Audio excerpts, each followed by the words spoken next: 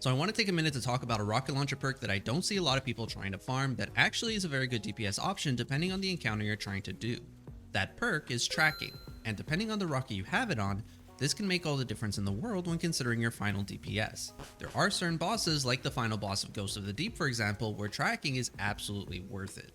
And I just want to get this out there because I know there's going to be a lot of people thinking this, but I would not recommend using a precision frame rocket over an aggressive or adaptive frame rocket with tracking.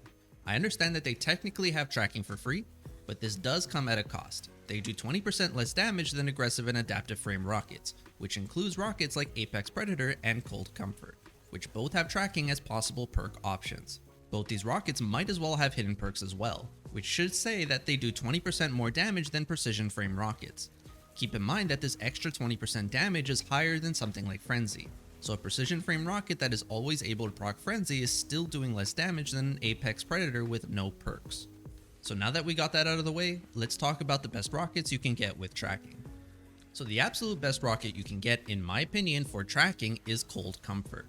In the right column, it's going to have Bait and Switch, which is possibly the best damage perk in the game, and tracking in the left column. Now what actually makes this rocket excel above the rest is the origin trait, Restoration Ritual. The origin trait is good enough to be its own perk. It's basically Overflow for revives and finishers. It actually is better than Overflow in some ways because you don't need to find ammo to actually activate it. You just need to perform a finisher on any ad. This origin trait will basically allow you to start with 2 in the magazine, which makes proccing Bait and Switch much easier and more effective. If you don't have access to the dungeon, as I mentioned, Apex Predator is also good, with tracking in the left slot and Bait and Switch in the right slot. But you miss out on being able to start with 2 in the magazine. It is craftable and easier to get the roll you want, and the origin trait it does have isn't bad at all. It basically increases reload when throwing a grenade, so I would say it's a good option too. Now for those who don't raid or have the latest dungeon, then you can try going for Hothead. Zavala's Hotheads you can get, and the possible rolls are tracking in the left slot or Explosive Light and Clown Cartridge in the right slot, which is definitely a good option if you want to shoot 2 rockets every time. Getting the roll you want from Zavala can be difficult, but it is possible. It just requires a lot of Nightfalls to get the engrams.